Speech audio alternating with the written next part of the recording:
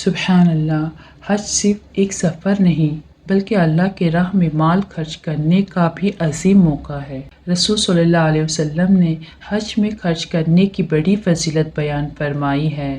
آئیے حدیث پاک کی روشنی میں جانتے ہیں کہ اللہ کی راہ میں کیا گیا خرچ کتنا بڑا اجر رکھتا ہے۔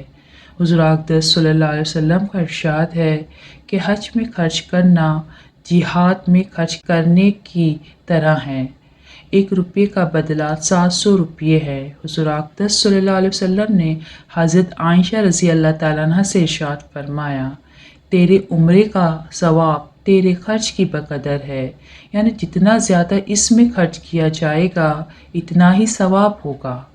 حج میں خرچ کرنا اللہ کے راستے میں خرچ کرنا ہے جس کا ثواب 700 درجے المضاعف ہوتا ہے۔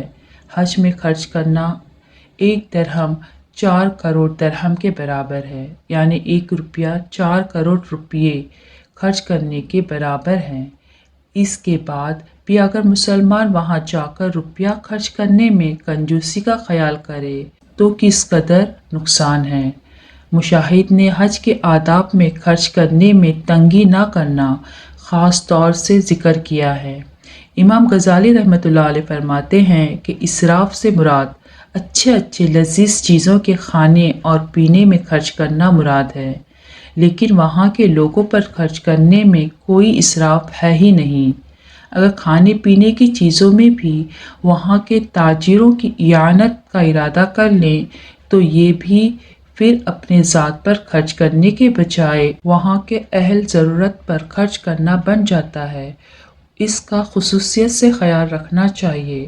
حضرت عمر رضی اللہ تعالیٰ عنہ کا ارشاد ہے، بہترین حاجی وہ ہے جس کی نیت میں اخلاص ہو۔